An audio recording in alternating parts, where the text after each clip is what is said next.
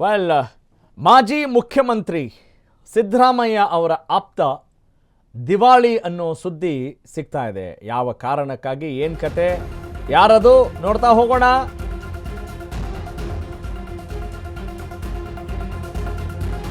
₹1,454 ಕೋಟಿ ಮರು ಪಾವತಿ ಮಾಡದೇ ಇದ್ದುದಕ್ಕೆ ದಿವಾಳಿ ಅಂತ ಘೋಷಣೆ ಆಗಿದೆ. MLC ನಾಸಿರ್ ಅಹಮದ್ ದಿವಾಳಿ ಅಂತ ಘೋಷಿಸಿದೆ NCLT ಅಂದರೆ ರಾಷ್ಟ್ರೀಯ ಕಂಪನಿ ಕಾನೂನು ನ್ಯಾಯಮಂಡಳಿಯ ಬೆಂಗಳೂರು ಪೀಠದಿಂದ ಈ ದಿವಾಳಿ ಅಂತ ಘೋಷಣೆ ಮಾಡಲಾಗಿದೆ. ಪುತ್ರ ಅವೈಜ್ ಅಹಮದ್ ದಿವಾಳಿಗಳೆಂದು ಘೋಷಿಸಿದೆ. ಪುತ್ರ ಅವೈಜ್ ಅಹಮದ್ ಮತ್ತು ಪತ್ನಿ ನುಜತ್ ಆಯಿಷಾ ನಾಸಿರ್ ಮತ್ತು MLC ನಾಸಿರ್ ಅಹಮದ್ ಇವರು ದಿವಾಳಿಗಳು ಅಂತ NLCLT ಘೋಷಣೆ ಮಾಡಿದೆ. ಕಾನೂನು ನ್ಯಾಯಮಂಡಳಿ ಇದು ಬೆಂಗಳೂರು ಪೀಠದಿಂದ ದಿವಾಳಿ ಅಂತ ಘೋಷಣೆಯಾಗಿದೆ. ನಾಸಿರ್ ಅಹಮದ್ ವ್ಯವಸ್ಥಾಪಕ ನಿರ್ದೇಶಕರಾಗಿದ್ದರು. MD ಮ್ಯಾನೇಜಿಂಗ್ ಡೈರೆಕ್ಟರ್ MS ಕಾರ್ಟ್ಸ್ ಗೌರ್ಮೆಂಟ್ ಲಿಮಿಟೆಡ್ ಕಂಪನಿ ಸಾಲ ಮಾಡಲಾಗಿತ್ತು. ಸಾಲಗಳಿಗೆ ಮೂವರು ಕೂಡ ವೈಯಕ್ತಿಕ ಖಾತರಿದಾರರು ಆಗಿದ್ದಕ್ಕೆ ಈ ಒಂದು ಆದೇಶ ಹೊರಡಿಸಲಾಗಿದೆ. SBI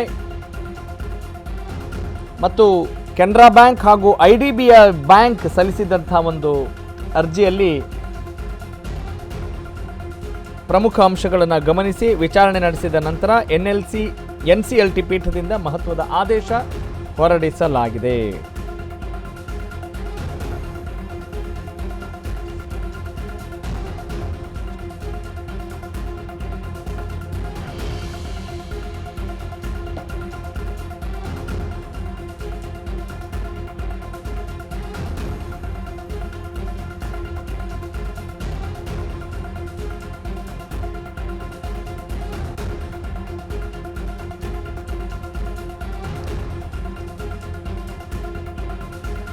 ಎಸ್, ಸಿದ್ದು ಆಪ್ತ MLC ಆಗಿದ್ದಂಥ ನಸೀರ್ ಅಹಮದ್ ದಿವಾಳಿ ಅಂತ ಘೋಷಣೆ ಆಗಿದೆ. ಅಂದರೆ ಅವರ ಜೊತೆ ಅವರ ಪತ್ನಿ ನುಜತ್ ಆಯಿಷಾ ನಾಸಿರ್ ಮತ್ತು ಅವರ ಪುತ್ರ ಅವೈಜ್ ಅಹಮದ್ ಬ್ಯಾಂಕ್ರಪ್ಟ್ಸ್ ಅಂತ ಘೋಷಣೆ ಮಾಡಿದೆ. ಯಾವುದು? ರಾಷ್ಟ್ರೀಯ company, national company, legal territory ಅಂದರೆ ರಾಷ್ಟ್ರೀಯ ಕಂಪನಿ ಕಾನೂನು ನ್ಯಾಯಮಂಡಳಿ ಅದರಿಂದ ಘೋಷಣೆ ಆಗಿದೆ. ಅದಕ್ಕೆ ಪೂರಕವಾದಂಥ ಡೀಟೇಲ್ಸ್ನ ತಾವು ಗಮನಿಸ್ತಾ ಇದ್ದೀರಿ. ಆಶ್ಚರ್ಯ ಆಗುತ್ತೆ ಅಲ್ವಾ? ಏನ್ರಿ ಹಿಂಗೆಲ್ಲ ಇರುತ್ತಾ ಅಂತ. ಅಂದರೆ ಯಾವಾಗ ನಮ್ಮ ಪ್ಲ್ಯಾನ್ಸ್ ನೀಟಾಗಿ ಎಕ್ಸಿಕ್ಯೂಟ್ ಆಗಲ್ಲ ಮತ್ತು ಕಾನೂನಿಗೆ ವಿರುದ್ಧವಾಗಿದೆ ಅಂತ ಹೇಳಿದಾಗ, ಯಾವುದನ್ನು ಕಮಿಟ್ಮೆಂಟ್ ತೆಗೆದುಕೊಂಡಿರ್ತಾರೆ ಆ ಕಮಿಟ್ಮೆಂಟ್ ಫಾಲೋ ಮಾಡದೇ ಇದ್ದಾಗ ಏನಾಗುತ್ತೆ ಅನ್ನೋದಕ್ಕೆ ಅದೊಂದು ಉದಾಹರಣೆ ಈಗ ನಮಗೆ ಸಿಕ್ಕಿದೆ.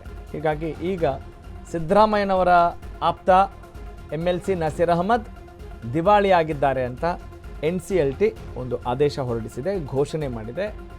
MLC ನಾಸಿರ್ ಅಹಮದ್ ಮತ್ತು ಅವರ ಪತ್ನಿ ಹಾಗೆಯೇ ಪುತ್ರ ಇಲ್ಲಿ ಮೂವರೂ ಕೂಡ ಆ ಒಂದು ಕಂಪನಿಗೆ ಇಲ್ಲಿ ಪಾಲುದಾರರಾಗಿರ್ತಾರೆ. MS ಸ್ಕೌಟ್ಸ್ ಗೌರ್ಮೆಂಟ್ಸ್ ಲಿಮಿಟೆಡ್ ಆ ಒಂದು ಕಂಪನಿ ತುಂಬ ದೊಡ್ಡ ಸಾಲದಲ್ಲಿ ಇದೆ.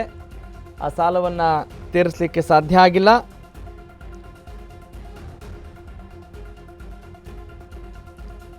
$1,414 ಕೋಟಿ ಅಂತ ಅಂದ್ಕೊಳ್ತೀನಿ. ಎಸ್,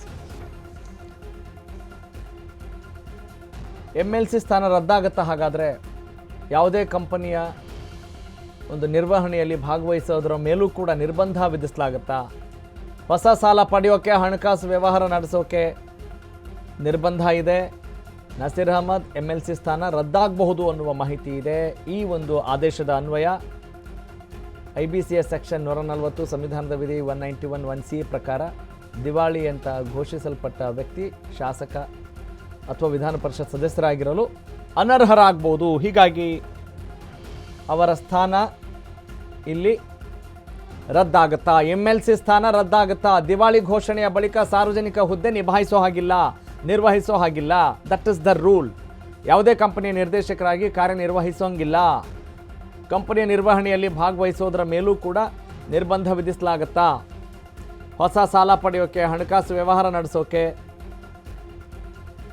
ನಿರ್ಬಂಧಿಸಲಾಗುವಂಥದ್ದು ಈಗ ಯಾವ ರೀತಿ ಪರಿಣಾಮ ಬೀರ್ಬೋದು, ಇದರ ನಿಜವಾದ ಹಕ್ಕಿಕತ್ತೇನು, ಅಸಲಿಯತ್ತೇನು ಅನ್ನೋದ್ರ ಬಗ್ಗೆ ಮತ್ತಷ್ಟು ಮಾಹಿತಿ ನೀಡ್ತಾರೆ ನನ್ನ ಕಲೀಗ್, ನಮ್ಮ ಇನ್ಪುಟ್ ಎಡಿಟರ್ ಪವನ್. ಕ್ರಿಸ್ಪಾಗಿ ಬಹಳ ಚೊಕ್ಕದಾಗಿ ಇನ್ಫಾರ್ಮೇಷನ್ ನೀಡ್ತಾರೆ ಈ ವಿಚಾರಕ್ಕೆ ಸಂಬಂಧಪಟ್ಟ ಹಾಗೆ. Pavan, what is the matter? ಡೈರೆಕ್ಟಾಗಿ ಕೇಳ್ತಾ ಇದ್ದೀನಿ, ಸ್ಟ್ರೇಟಾಗಿ ಕೇಳ್ತಾ ಇದ್ದೀನಿ, ಏನಾಗಿದೆ ಈಗ? ಯಾಕಿದು ಸಡನ್ ಆಗಿ ದಿವಾಳಿ ಅಂತ ಘೋಷಣೆ ಮಾಡಲಾಯ್ತಾ? ಈ ಮುಂಚೆ ಏನಾದರೂ ಇದಕ್ಕೆ ಸಂಬಂಧಪಟ್ಟ ಹಾಗೆ ಕ್ಲೂಸ್ ಏನಾದರೂ ಇತ್ತಾ, ಅಥವಾ ಅವರ ಒಡನಾಡಿಗಳಿಗೆ, ಸಹೋದ್ಯೋಗಿಗಳಿಗೆ ವಿಚಾರ ಎಲ್ಲ ಗೊತ್ತಿರುವಂಥದ್ದ?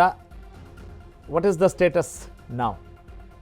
ರಾಘವ್, ಇವ್ರು ಕಳೆದ 10 ವರ್ಷಗಳ ಹಿಂದೆ ಒಂದು ಗಾರ್ಮೆಂಟ್ಸ್ ಅನ್ನ ಸ್ಟಾರ್ಟ್ ಮಾಡಿರ್ತಾರೆ. ಯಾರೋ ನಜರ್ ಅಹ್ಮದ್ ಅವರು MD ಆಗಿ, ಮ್ಯಾನೇಜಿಂಗ್ ಡೈರೆಕ್ಟರ್ ಆಗಿ, ಮತ್ತೆ ಮಗ ಮತ್ತೆ ಹೆಂಡತಿಯ ಒಂದು ಪ್ರೈವೇಟ್ ಲಿಮಿಟೆಡ್ ಸ್ಟಾರ್ಟ್ ಮಾಡಿ 1454 ಕೋಟಿ ರೂಪಾಯಿನ ಸಾಲ ಪಡೆದಿರ್ತಾರೆ. ಅಂದ್ರೆ ಯಾವುದು ಸ್ಟೇಟ್ ಬ್ಯಾಂಕ್, ಕೆನರಾ ಬ್ಯಾಂಕ್ ಸೇರಿ ಇತರ ಬ್ಯಾಂಕ್ಗಳಲ್ಲಿ ಒಟ್ಟು ತಗೊಂಡಿರ್ತಾರೆ. ಇವರು ಆ ಸಾಲವನ್ನು ಮರುಪಾವತಿ ಮಾಡದೆ ಗಾರ್ಮೆಂಟ್ಸು ದಿವಾಳಿ ಆಗಿರುತ್ತೆ. ಹೀಗಾಗಿ ತಮ್ಮ ಆಸ್ತಿ, ಊರ್ಜಿತ ಆಸ್ತಿಯನ್ನು ಇವ್ರು ಏನು ಮರ್ಜ್ ಮಾಡಿರ್ತಾರೆ, ಅಂದರೆ ಫ್ಲಡ್ಜ್ ಮಾಡಿರ್ತಾರಲ್ಲ, ಆ ಆಸ್ತಿಯನ್ನು ಮುಟ್ಟುಗೋಲಾಕಿದೆ. ಅಂದರೆ ಇವರು ಯಾವುದೇ ಥರದ ರೆವಿನ್ಯೂವನ್ನು ತೋರಿಸಿರೋದಿಲ್ಲ. ಹೀಗಾಗಿ ಮತ್ತೆ ಅದಕ್ಕೆ ಲಾಭ ಬಂದಿಲ್ಲ ಅನ್ನೋದು ದಿವಾಳಿ ಅಂಶದಲ್ಲಿ ತೋರಿಸಿದ ಕಾರಣ ಒಂದು ಟ್ರಿಬ್ಯುನಲ್ ರಚನೆ ಆಗಿದೆ. ಇದು ನ್ಯಾಷನಲ್ ಟ್ರಿಬ್ಯುನಲ್ ಇರುತ್ತೆ. ಯಾವಾಗಲೂ ಹಣಕಾಸಿನ, ಅಂದರೆ ಒಂದು ಕಂಪ್ನಿ, ರಿಜಿಸ್ಟರ್ ಆದ ಕಂಪ್ನಿ ಯಾವ ರೀತಿ ಹಣಕಾಸಿನ ವ್ಯವಹಾರ ನಡೆಯುತ್ತೆ ಅನ್ನೋದ್ರ ಮೇಲೆ ಇದು ಅಧ್ಯಯನ ಕಂಡಿಡುತ್ತೆ. ಈ ಕಂಪ್ನಿ ಪ್ರಕಾರ ಇವರು ಏನು ನಜೀರ್ ಅಹ್ಮದ್ ಅವರು ಸ್ಥಾಪನೆ ಮಾಡಿದ ಒಂದು ಗಾರ್ಮೆಂಟ್ಸ್ ಕಂಪ್ನಿ ಲಾಭ ಗಳಿಸಲು ವಿಫಲ ಆಗಿದೆ. ತನ್ನ ಸಾಲವನ್ನು, ಪಡೆದ ಸಾಲವನ್ನು ತೀರಿಸದಲ್ಲೂ ಕೂಡ ಇವರು ವಿಫಲ ಆಗಿದೆ ಅನ್ನೋ ಕಾರಣಕ್ಕಾಗಿ ದಿವಾಳಿ ಘೋಷಣೆ ಮಾಡಿದ್ದಾರೆ. ಹೀಗಾಗಿ ಸಿದ್ದರಾಮಯ್ಯ ಆಪ್ತ ಆಗಿರುವಂಥ ನಜೀರ್ ಅಹ್ಮದ್ ಅವ್ರಿಗೆ ತಮ್ಮ ಕಂಪನಿ ದಿವಾಳಿತನದಲ್ಲದೆ MLC ಸ್ಥಾನಕ್ಕೂ ಕೂತು ಬಂದಿದೆ. Raghav, yes Pavan, hold on, I got your information. ನಿಮ್ಮ ಜೊತೆ ಮತ್ತಷ್ಟು ಮಾತನಾಡ್ತೀನಿ, ಹಾಗೆ ಲೈನಲ್ಲಿರಿ.